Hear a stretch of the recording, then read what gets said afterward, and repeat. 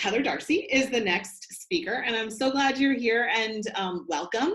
And before we get started, can you just kind of introduce your work? And you've got like some very new, exciting stuff, and so it's going to be a little bit of a cryptic interview, so people should buy your book when it comes out.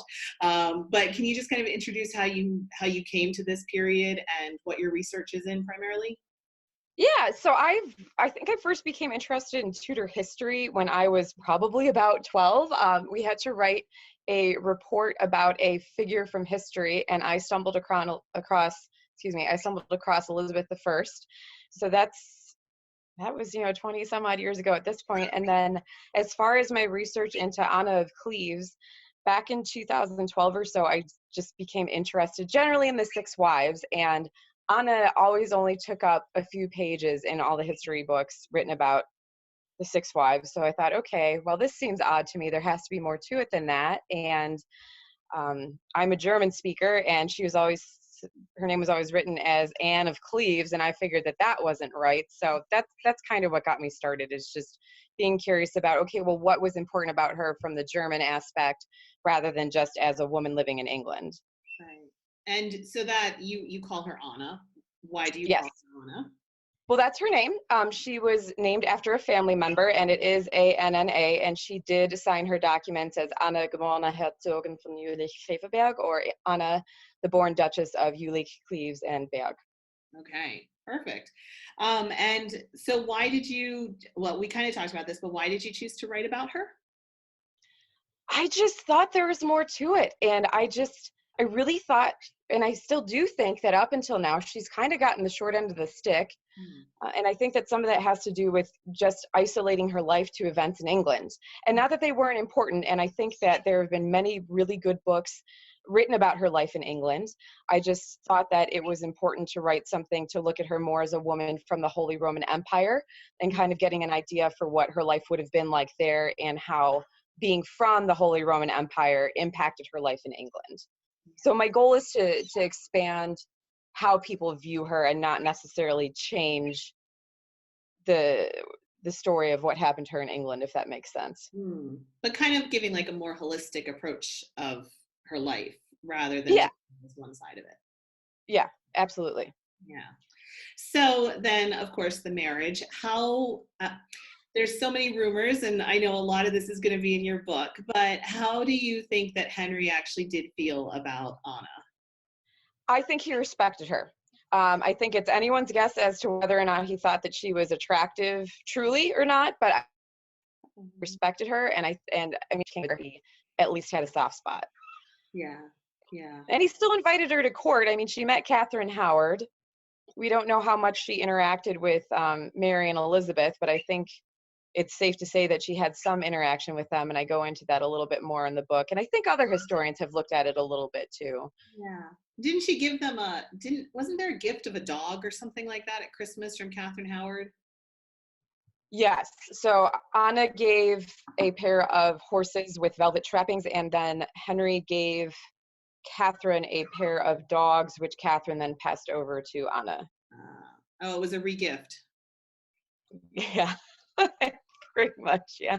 Oh, goodness. So so what do you think about her, the way she's been handled by history, and being called like the Flanders mare and everything like that? Right. So as far as the Flanders mare goes, I think that term came about in either the late 16th or early 17th century, by the time everyone was dead. And I've done some research before, and it just seems odd to me that throughout his entire career, the only person about whom Hans Holbein would lie is Anna. It doesn't make sense. And Holbein did that portrait of her that's now hanging in the Louvre in 1539. And in 1538, he did a portrait of Christina of Milan, and that was regarded to be a great likeness of her. So why would he suddenly go off the rails in his career, especially when he's working for a king, and lie about the way someone looked? There's also, I'm not sure, have you seen the cover yet? So I chose that cover image. I was actually able to find that portrait. I had been doing some other research into the portraiture of Anna, and that one came to my attention. And I think that the last time it was really widely recognized was in the 1940s.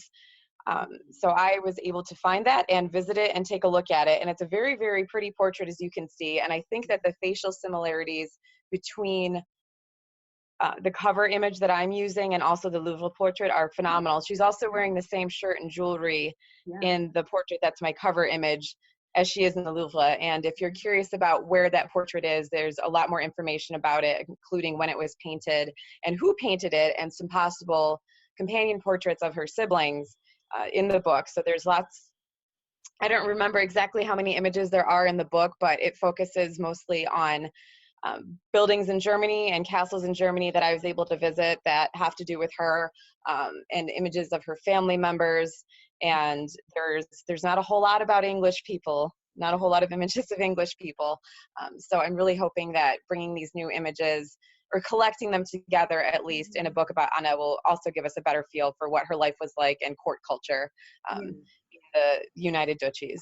Yeah, perfect. So then you touch on her life there in Cleves and in Germany. What made her such an attractive bride? Why was Cromwell eager for this marriage, and why was she attractive as a bride? I think that it is important to recognize that there were arguably four great powers. I think people usually focus on England and France and Spain, which is the Holy Roman Empire. Charles V, of course, is part Spanish. But they leave out Saxony. And that's the land of Martin Luther, and Anna's brother-in-law was the elector of Saxony, and they were very, very powerful. Also, the United Duchies themselves was, I can't get into it too much, but it was very uniquely positioned within the Holy Roman Empire. And do you think that in part it's been overlooked because it wasn't like how united was it? Because when I think about like the German states, I don't think about like a cohesive country until at least after 1848, and Correct, yeah. So why do you think that contributes to maybe why it was overlooked, because it hadn't yet pulled together and become cohesive the way France and Spain had by this point, and England had? I'm not sure, but the term United Duchies just relates to Jülich and Cleves and Berg and Mark and Rothenstein and all those little territories that were originally governed by Anna's father and Anna's mother. So that's what that term refers to. So not all of the duchies in Germany. I see. There was still a ton of, I think there's over 200 princedoms and bishoprics and things in Germany, and there were some tiny little ones, and the borders were constantly moving.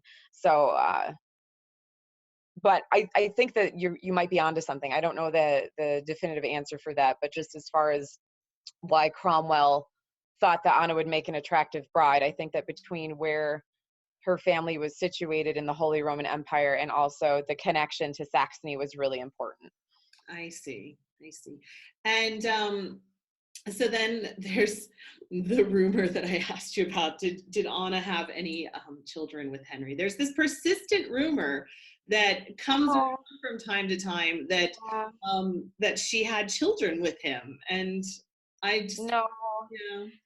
So my famous refrain, I go into it a little bit more in the book, and I think Rebecca Larson of Tudor's Dynasty asked me for her podcast back, I want to say it was a few months ago, and I'm sorry I didn't look it up, but she asked me the same question, and I gave a bit of an answer for that too. But I think it was in August of 1541, Henry went to visit Anna at Richmond, and shortly after that, of course, in November of 1541 is when Catherine Howard experienced her fall. Right. And then I think it was late December to early January, so 1541 to 1542, Anna had taken to her bed because she was sick, and she was plagued by illness and stomach issues. It's possible that she had some sort of stomach cancer or abdominal cancer, probably not reproductive, but that she had some sort of cancer in her abdomen that eventually led to her death. But the way the rumor really got started was she had taken to her bed because she was ill, and she was in bed for a while because she was very ill, and one of her maidservants had a baby, and she was holding the baby, and someone said, and it was a boy, I think, if I remember right.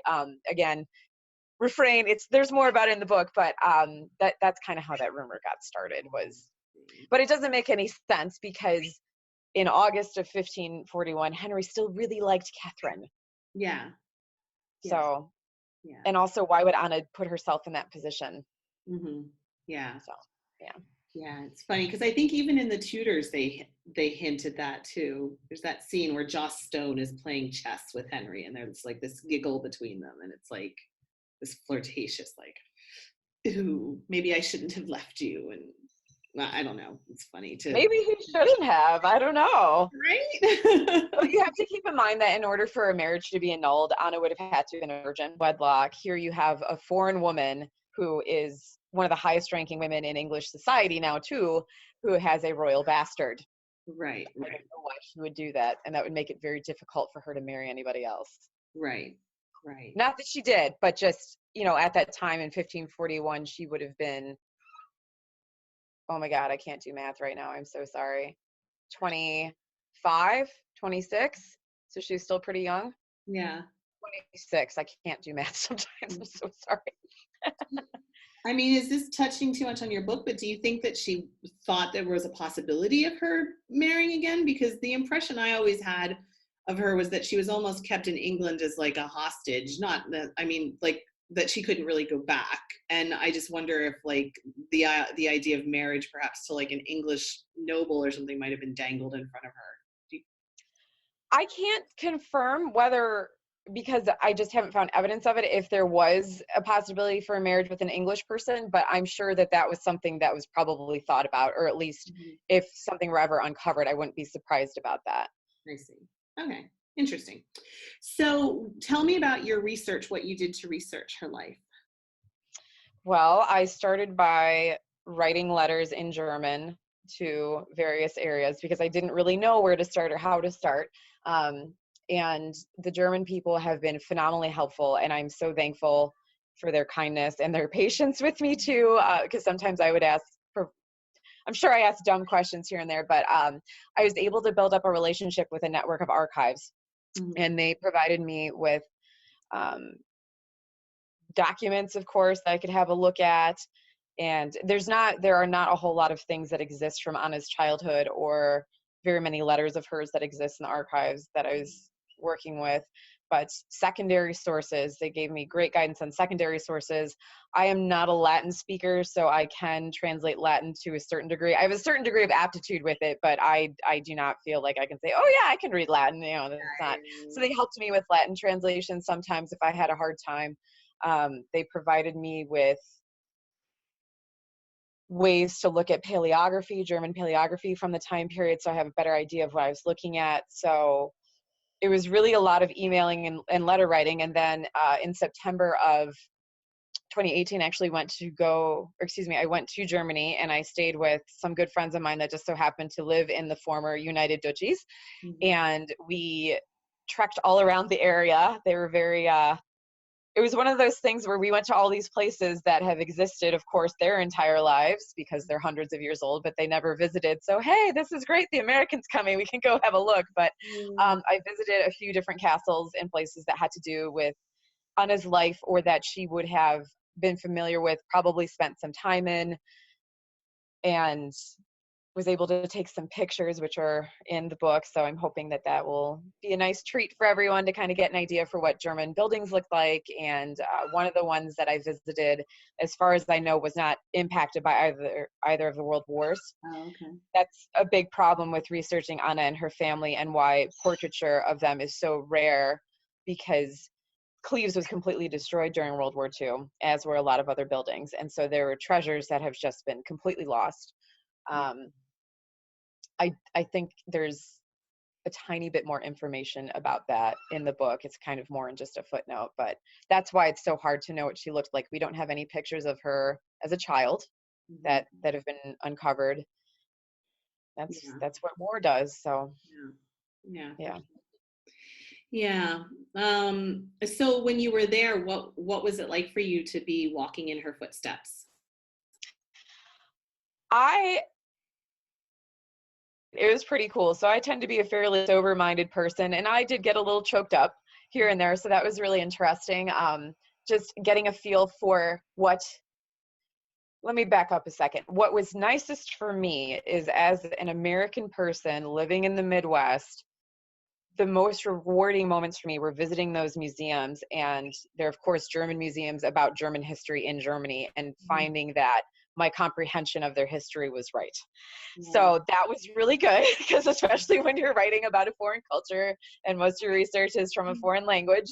So that was really nice. And I had a few moments where I would walk into a room in a museum usually, and all of a sudden there was a portrait of one of her family members that I wasn't expecting to see. So I'd seen it before, I knew it existed. One of the castles I visited, there were several images that I did not know, or depictions, I guess. They're not portraits from the 16th century, but just depictions of things related to her family that I didn't know existed. So that was really rewarding. Yeah. I hope that answers the question. I'm getting a bit rambly. And what about your book gives us a new perspective on her? I will let the reader decide ultimately. But again, it's researched from the German perspective. So I can't get into the details about Anna's life specifically when she was younger, but it looks at, these are the values she would have learned. This is how her life would have been structured. These are the places where she likely would have lived. This is what the court culture would have been like. So it's just learning some of those distinctions between English and German culture. I think too, it gives a different view as to what happened with Cromwell. And again, I'm not saying that any of the reasons for Cromwell's downfall are incorrect. I think it's just kind of fleshing out a little bit more of, hey, this also happened. So getting back to what is different about my book, it really, really breaks down reasons for her staying in England and what her family was trying to do to get her back, and also just what they were up to on the continent. So while it is definitely a biography about Anna, but it does bring in quite a bit more about her brother and her older sister Sibylla, and a little bit about her sister Amalia. Unfortunately, we just don't know a whole lot about Amalia, and we may never, I'm not sure. But can I ask you a question? Did her grandfather really have like 96 children? He was known as the child maker. He had 3 legitimate children, and he had lots and lots of illegitimate children. So they were well connected. And there's a little bit more detail about this in the book, and I'm sorry, I know that's getting annoying, but it does discuss that briefly. But yes, he was prolific, if you will. Okay, so that part is, yeah, because I mean, I don't know, I heard it was something like, I think 96 is too many, but I don't think it was 96, but it was impressive. And I was able to confirm that through I was able to confirm that through a book it's actually a reprint of a book, I want to say from the early 17th century. So, but maybe the 16th century, either way. Yeah. How funny. Okay, so what do you hope that people will take away from your book after they read it?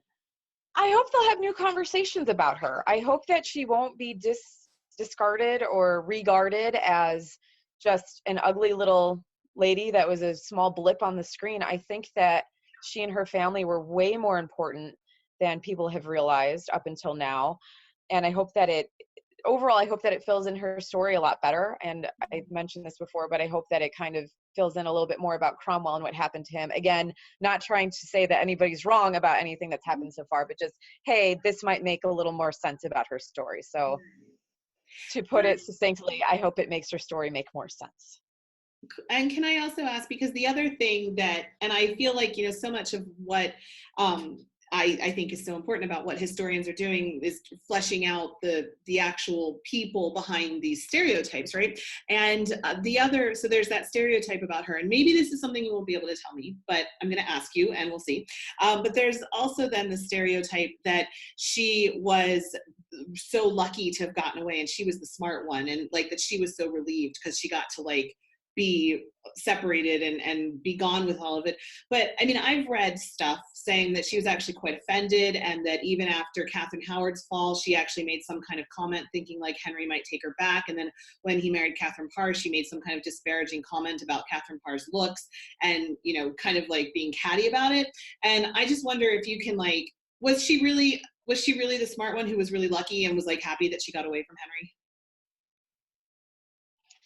And those aren't necessarily mutually exclusive. Maybe she was the smart one and maybe she was really lucky and then she wasn't necessarily happy about it. So I don't know. Can you tell me anything about that stereotype of her? I'm going to give you a vague answer, but Okay. hopefully it'll be a bit of an answer. Okay. I think that you're right. Those things are not mutually exclusive. And I think that frequently women, as we all know, for that time period were pawns. They were pawns. And so she did not have control over her situation. And I think that she managed herself as well as she could.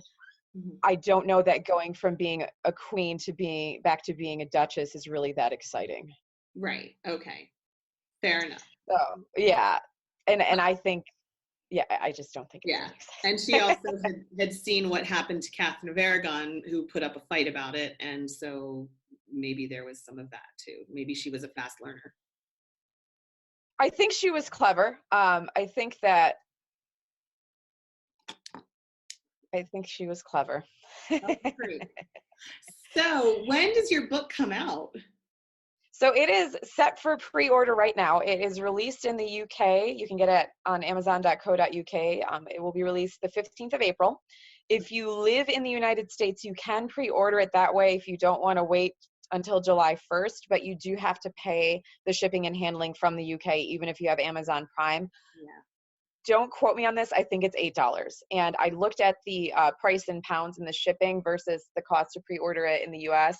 And right now, I think it's actually less expensive to pre-order it from the US via amazon.co.uk. So April 15th for UK and July 1st for the United States and for Germany. So Okay, yeah. perfect. And where else can people find your work other than that? Because you have a website. I do, yeah. Maidensandmanuscripts.com. I also contribute here and there to queenanneboleyn.com and tudorsdynasty.com. So it's Tudors Dynasty, not Tudor Dynasties. Yeah. I don't think that one exists, but.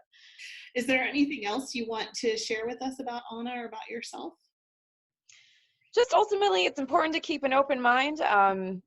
With the kind of work that I do when I'm not being a historian, you always have to look at both sides and realize that the truth is somewhere in the middle. Right. Because you're a lawyer. I don't know if people will have caught that. You're an attorney. Yep. Yes. Yes. I sure am. Yep. Right. Perfect. Well, thank you so much. All right. Thank you.